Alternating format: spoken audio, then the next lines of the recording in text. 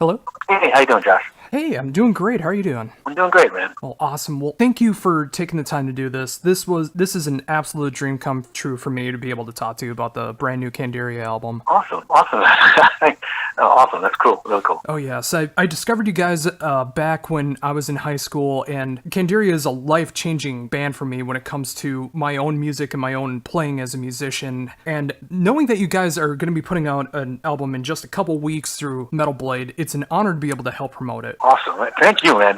It's like I'm glad that you're a fan. It makes things a lot cooler. And what instrument do you play? I play drums. Okay, very cool. And like style wise, who do you compare yourself to? Well, it's kind of varied. I've done everything from playing top 40 in cover bands to more of the death metal side of things, and pretty much everything in between. Nice, very cool, man. Do you have a band I could check out, or no?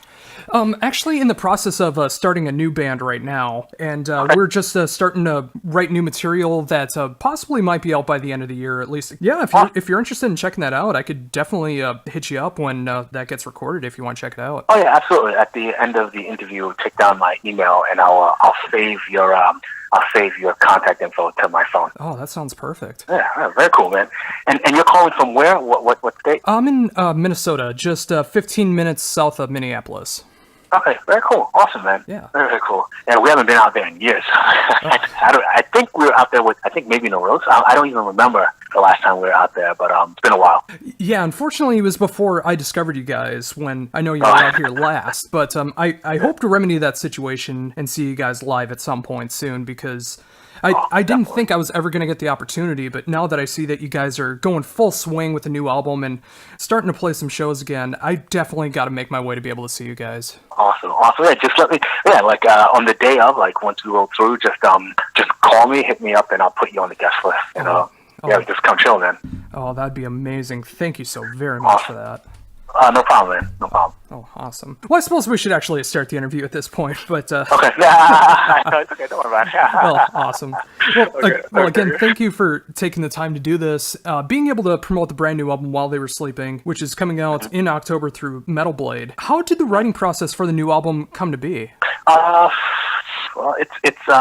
I know the guys approached me maybe like a year or two or so. I don't compare. Definitely well over a year. And said, hey, do you want to, do you want to start writing again? And I said, let me think about it, and, they sent me, I said, yeah, I'll give it a shot. They sent me the song With Broken Bones in demo form, of course. And, we headed out to our friend Steve Shawk's studio in Long Island, and I laid down the vocals, and you could definitely tell that we still had it, so to speak, and how much I've grown as a vocalist. That was quite apparent, on the recording. And then and then these guys just started pushing me again. Hey, listen, Metal Blade and Strong Management are interested, so should we do this? And after a lot of back and forth, we decided to let's give this a shot. So right away, just started writing songs with John, and started writing songs, over some of the older material that these guys came up with. I guess around the time that With Broken Bones was written, and as I was writing, I said, you know what? I want to do something different. I want to write a concept record, and I knew it was going to be challenging. And I remember doing an interview with someone. I'm like, it's going to be I don't remember the name of the magazine, whatever. Saying, yeah, it's going to be a concept record. And after I said that, I'm like, dude, what's wrong with you? How are you going to do that? I started freaking out. I go, how you can write a concept record? You never wrote a concept record before in your life, too. And so I started freaking out. I'm like, well, there it is. I'm like, I got to do it. I put it out there. So the story was about a year in the making, songwriting, lyrics, whatever, a concept about a year in the making.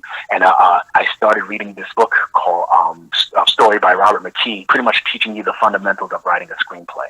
So I really just wanted to figure out how to develop characteristics, plots, all these things that make a story great, what to do, what not to do. And to take it a step further, I wrote some of this record, most of the record, story-wise and the lyrics in a library. If that's it takes. How metal is that, right? I said, you know what? I want to make sure that I'm not distracted. Because, every time the phone rings, I'm like, hey, how you doing? Yeah, I'm good, I just want to pick it up, So it was like, I went to a library. I was surrounded by other people, on their laptop, focused on whatever they were focused on, and that inspired. And I just started writing. I was surrounded by all these books, and I I might do it again for the next record now. So yeah, that's how it started for me. And that's a great approach to be able to do it that way too. I mean, definitely thinking of it like a screenplay and being able to go out to the library and just almost in solitude being able to just write and really focus on the story aspect of the album. Oh yeah, and so the thing, it's one of the, I wanted to just completely focus. I wanted to be inspired, and there was a deadline. And the guys in the band will tell you that I work best under pressure. If you don't give me a deadline, I'll be honest, I'll kind of float around a bit. But the minute you give me a deadline, it's like a switch goes off, and I just love crunch time for some odd reason. That's when you'll get the best stuff out of me personally. And so going to the library, just going there, like, all right, writing, rewriting, like, what I wanted to do was like I knew that we were going to do about 11 to 12 songs for the record. So I started just writing just brief paragraphs about what each song would be about. So I wrote a story outline. And after I wrote that, then I would listen to the material and I would tell myself, I'm like, okay, this song sounds like it would fit this part of the story. And one of the things I told the guys, I said, okay, when you look, we have to look at ourselves, view ourselves as directors and look at the guitar riffs as camera angles, supporting the mood of what's going on in the story. So I just really want to just have a real visual approach to writing the record. And with that in mind, did the inspiration start to hit you right away, or did it take a little bit before you really knew where you wanted to go with it? I kind of, believe it or not, after I wrote with Broken Bones, it's like I just wrote it just something personal that I was going through, and I kind of just made a song out of it. But then once I realized that I wanted to concept record, I took that part of with Broken Bones. I'm like, all right, how do I turn this into a story? And that's where I want. That to me is like the root of everything. Everything kind of branched out from with Broken Bones, which is I think it's like track 10 on the record, whatever. Don't quote me on that. I think it's track 10.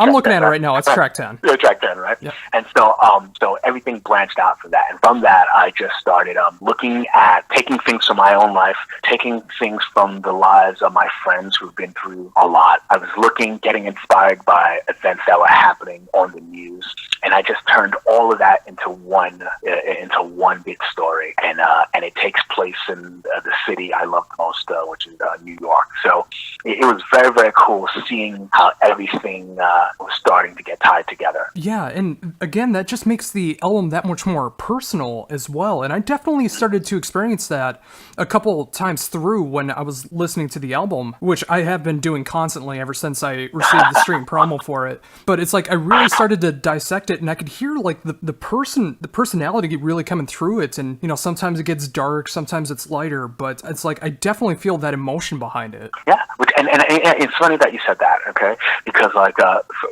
past Candiria records, for the most part, there was definitely some emotion on that, but like I wanted to bring emotion to the forefront of this record because that's the one thing that we all have in common, right? Besides the fact that that's one of the many things that that we all have in common, like we all have emotion, and I wanted to tap into that and just bring them, just write in certain experiences that people can relate to, even though it's in a story form. Like I said, some of the story gets a little crazy, but but for the most part, the intimate, personal parts, I think some people can relate to. Oh, very much so. I mean, we all have those struggles in our lives in one way or another, and it's always great being able to experience it in music form because it makes it so much more relatable that way that you don't feel alone through your personal experiences that you go through. Absolutely. Another funny thing that you said, it's like, see, that's why I like talking to a fan because you get, right? Because, as I was writing, there was this one song, Forgotten, that's on, I think it's track 4, all right? I think it's track 5. 4.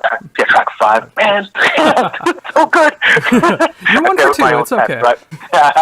Right? Track 5, and as I was writing, of course, it's a part of the protagonist where she's going through this certain thing that I don't want to give away just yet, but I thought about the fan person or whatever in their bedroom going through something and where they reach that desperate point in their life. So I wrote from that perspective because I know that I personally have gone through that. And speaking to some of my friends alive or dead, where they shared that with me, that moment in someone's life is very important, the pivotal part of their life. So I wanted to write from there. And the important part when you're writing a character, when you're creating a character, you want to write from the inside out, okay, not the outside in.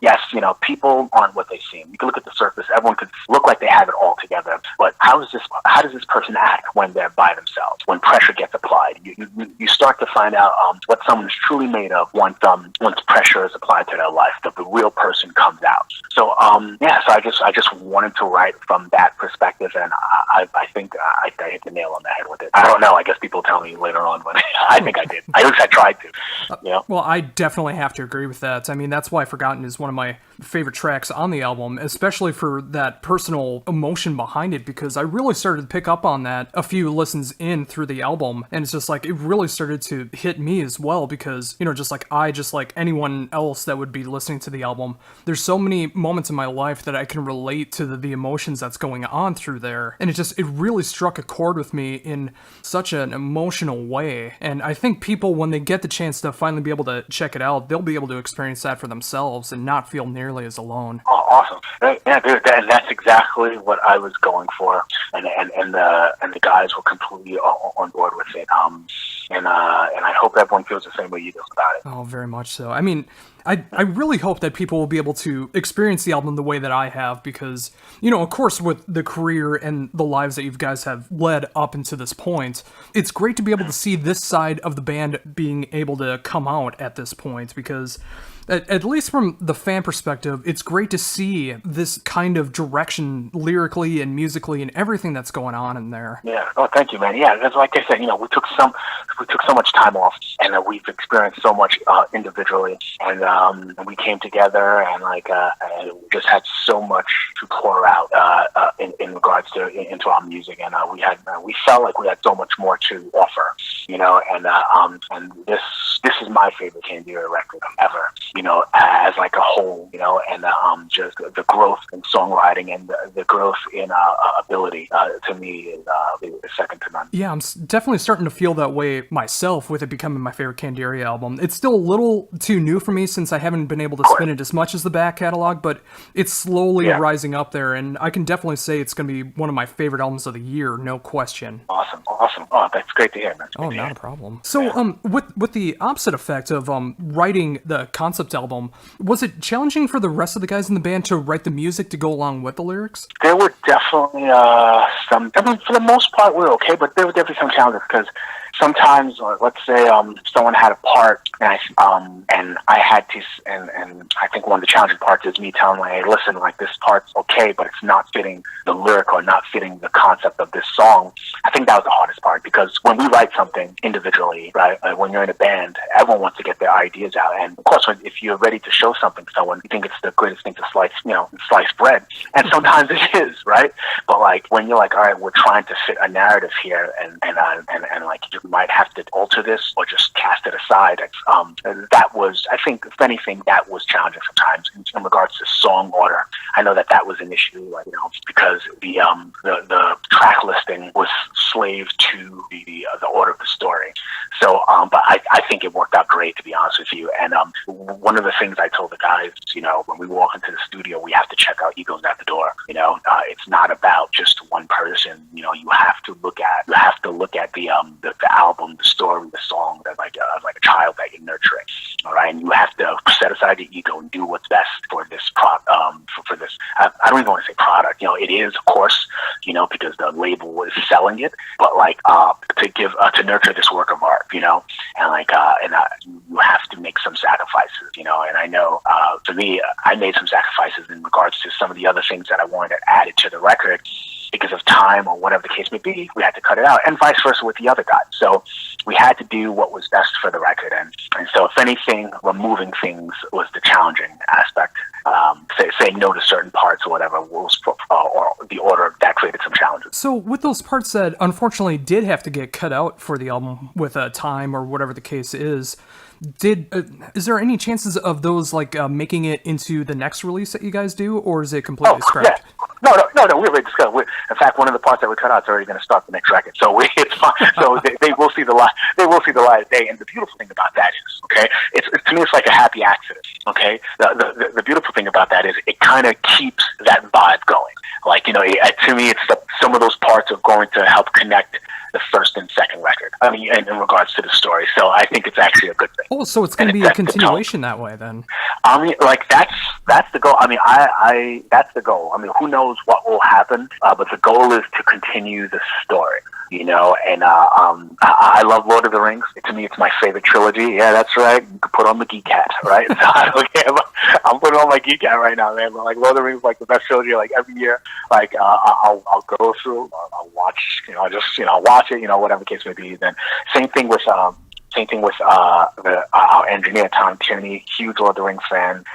For his honeymoon, he went to where they, I think it was, I'm not sure if it was Iceland. Don't quote me on it. Where they filmed Lord of the Rings. New Zealand. New Zealand. In New Zealand, yeah, that's where he went.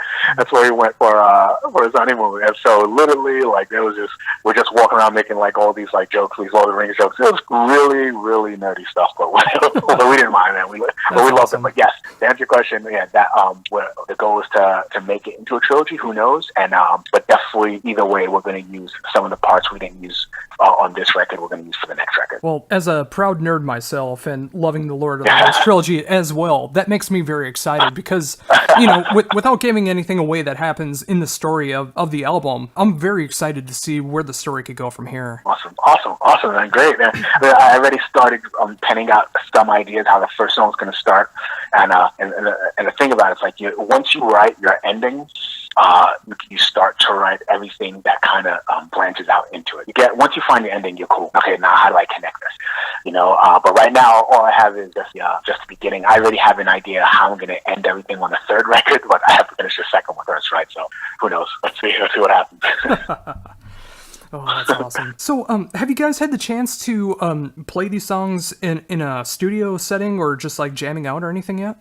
We played like 2 or 3 of the songs live, and hold on. We definitely played 2 of them live, and we're starting a 5-borough tour in October, and we're going to start playing more of the new songs. I know we just recorded a live in studio performance at Spaceman Sound yesterday. It's where we recorded the record. Actually, 2 days ago, it's where we recorded the record, and hopefully that'll be out soon. But it's just the band performing in the studio, doing like 3 of the songs from the album.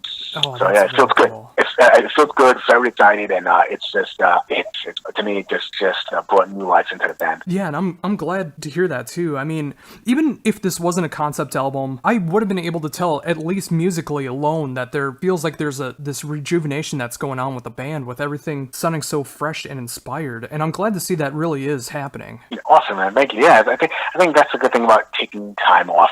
You get to put things into perspective. You get to start to paint a picture of where you see yourself going as an artist, as a musician, as like a man. Where you start to see your life and whatever, and all of that will play into your songwriting. Gives you something to aim for. Oh, very much so. I mean, whether it's live or recording or just jamming out together, I mean, it's great to have that rejuvenation. Sometimes it does take a little time off. Sometimes it just takes with experimenting with new music, but I'm glad to see that it's happening for you guys. Thank you, man. Awesome. So is there any plans in 2017 so far? I know that definitely right now we're looking at a headlining tour in November. 5-borough tour in October is just something that we're doing in New York City, just to that we've never done before. Just hit all the 5 boroughs and just kind of play small, intimate events just for the fans, and we're looking forward to doing that. But of course, 2007 plan on just hitting the road, going overseas and doing nationwide tours and stuff like that. So that's the plan, to go out there and support the record. Oh, and that makes me so happy to be able to hear that too, because the album is so amazing to me, and again, it is easily going to be one of my favorite albums of the year, and I'm glad to see that it will be getting the proper touring promotion that it truly deserves. Thank you, man. Yeah, I know that sometimes it's like hit or miss in the past with Candiria in regard to the label that we were signed to, but Brian Slago and the Metal Blade team, they love the band, and they have tremendous respect for the band. And yeah, and again, that makes me so happy to see that you guys are a part of Metal Blade, because it's one of my favorite labels to be able to help promote the bands of, and I got so excited when I heard that you guys were a part of the Metal Blade family now, so I was able to help promote one of my favorite bands growing up and to this day. And again, just being able to do this interview and promote the brand new album that's coming out in October through Metal Blade, it's a dream come true for me. And of course, just seeing everything going so well now with the new album and upcoming touring and everything that's going on. Yeah, it should be a fun ride, man. And there's you feel weird. It's like I'm already itching to go back in the studio and write the other record. So it's like this one, we haven't even begun promoting this one. So we're definitely going to have to do some of the writing, like on tour, and which, like I said, which will be cool too. But I'm looking forward to see where this goes and how the record impacts people's lives individually. Oh, very much so. And that's a great thing about already wanting to be in writing mode for the next album. That way you don't get burnt out on the newest album that you have already, but you're just so inspired to continue that story and to keep it fresh. Yeah, absolutely. Yeah, very cool. It's gonna be awesome. It's really cool. Oh, very much so. Well, once again, thank you so very much for taking the time to do this interview. Again, I absolutely love the new album, and I really hope people will love it as much as I do when it finally comes out in October through Metal Blade. And thank you again for taking the time to do this. Before we wrap things up, is there anything else you'd like to mention that I haven't brought up yet? No, I think you pretty much covered everything. Album comes out October 7th. We plan on hitting the road. Check us out, Candiria Facebook, Candiria TV on YouTube, and you can find me on Twitter, twitter.com/Coma_NYC. And that's pretty much it. We're looking forward to hitting the road, man. It's gonna be cool.